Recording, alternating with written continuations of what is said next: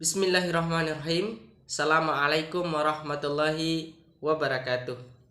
Perkenalkan, nama saya Abdullah. Saya berasal dari kelas IKTA semester 5, program studi ilmu Al-Quran dan Tafsir, Fakultas Usuluddin dan Studi Agama, Universitas Islam Negeri Mataram.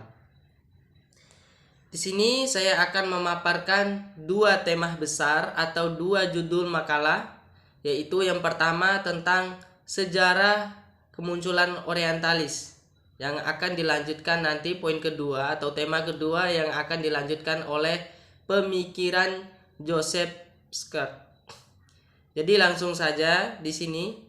Yang pertama tentang sejarah orientalis atau sejarah kemunculan orientalis. Sebelum kita berlanjut kepada pembahasan sejarah kemunculan orientalis, mungkin di benak teman-teman ada yang belum tahu apa sih itu orientalis. Jadi orientalis ini berasal dari kata Prancis, yaitu Orients, yang berarti ketimuran atau dunia timur. Sedangkan kata-kata orientalisme, jadi orientalisme ini adalah ilmu-ilmu yang mempelajari tentang dunia ketimuran, atau bisa diartikan dunia ketimuran itu adalah tentang Islam. Kemudian langsung saja ke sejarah munculnya orientalis. Jadi sejarah orientalisme ini muncul itu sejatinya telah banyak dimuat di dalam referensi atau di dalam buku-buku. Namun sejatinya ada tiga pendapat atau ada beberapa pendapat yang mengatakan kapan sih sejarah kapan sih orientalisme ini muncul.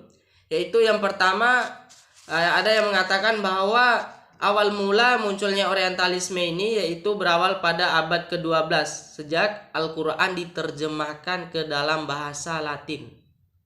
Kemudian pendapat yang kedua ada yang mengatakan bahwa orientalisme ini muncul pada abad ke-13 ketika berkecamuknya perang salib, yaitu sejak tahun 1097 sampai dengan 1295 Masehi.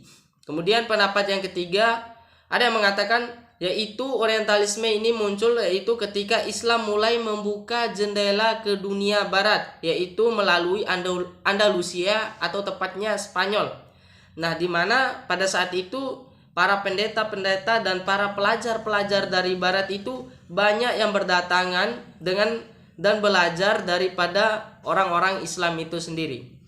Dari ketiga pendapat tersebut, menurut saya yang paling banyak pendapat yaitu pada poin ketiga, yaitu ketika Islam memulai membuka jendela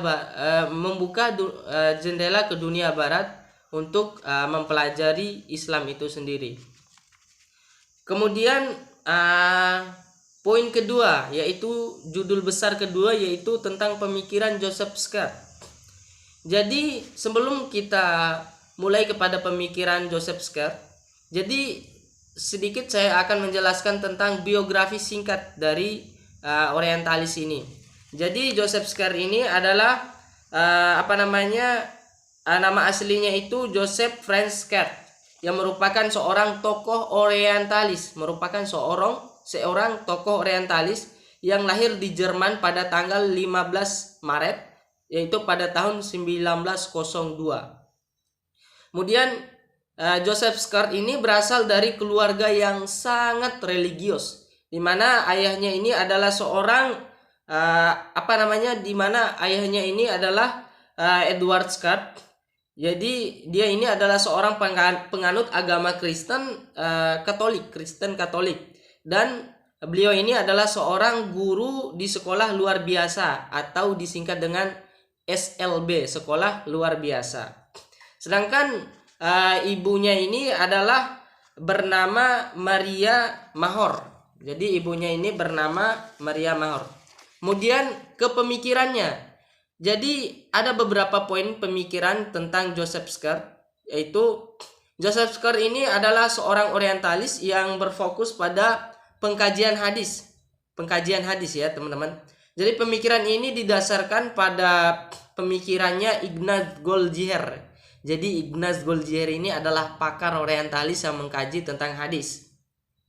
Nah, kalau Ignaz Goldziher mengatakan bahwa tidak semua hadis Nabi itu berasal dari Nabi, nah Joseph Scurr ini berani tampil beda dia.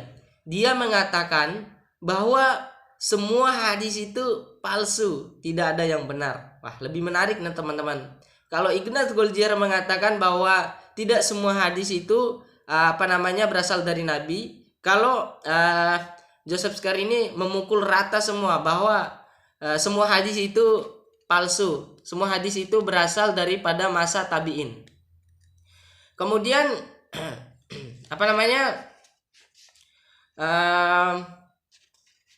kenapa sih Joseph Scurr mengatakan demikian bahwa semua hadis itu berasal daripada masa tabi'in?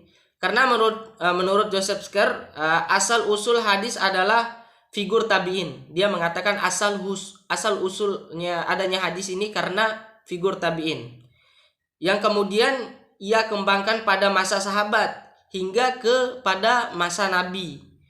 Jadi pengembangan ke belakang ini dilakukan secara sengaja oleh para tabi'in supaya membangun otoritas apa yang disampaikan. Dengan demikian menurutnya isnad hadis itu hanya merupakan pemalsuan belaka. Jadi di sini Joseph Scurr mengatakan bahwa hadis itu adanya pada masa tabi'in. Hadis itu dibuat pada masa tabi'in, kemudian tabi'in lah yang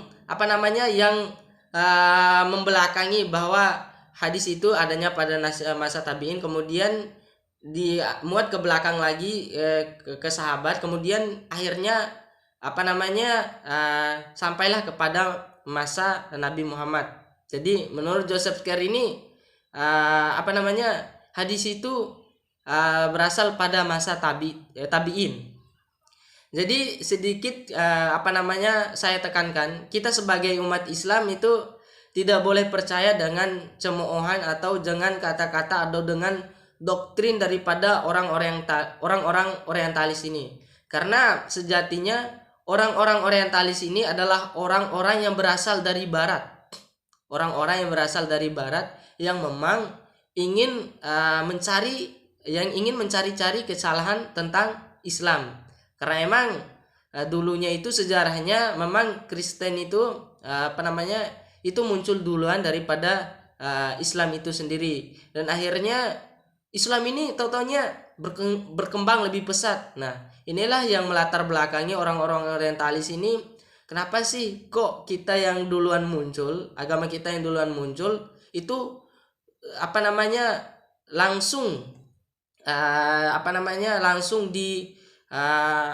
langsung Islam ini baru muncul, langsung muncak, langsung berkembang. Nah, itulah yang melatar belakangi orang-orang orientalis ini ya, ingin mencari-cari apa sih yang membuat Islam ini cepat berkembang.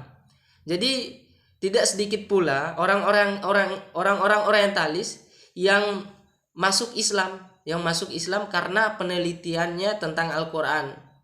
Jadi tidak bisa kita nafikan, memang ada sebagian orang-orang orientalis yang masuk Islam karena emang melihat kebenaran-kebenaran antara Al-Qur'an dengan hadis. Contohnya ada salah satu peneliti daripada Amerika, saya kurang tahu namanya itu, dia meneliti tentang masa idah seorang perempuan. Dan benar, dia meneliti berdasarkan Al-Qur'an. Setelah dia menguji secara sains, ternyata apa yang dikatakan Al-Qur'an itu benar-benar, dan akhirnya singkat cerita dia masuk Islam. Mungkin sekian yang dapat saya sampaikan, lebih dan kurangnya saya mohon maaf. Wassalamualaikum warahmatullahi wabarakatuh.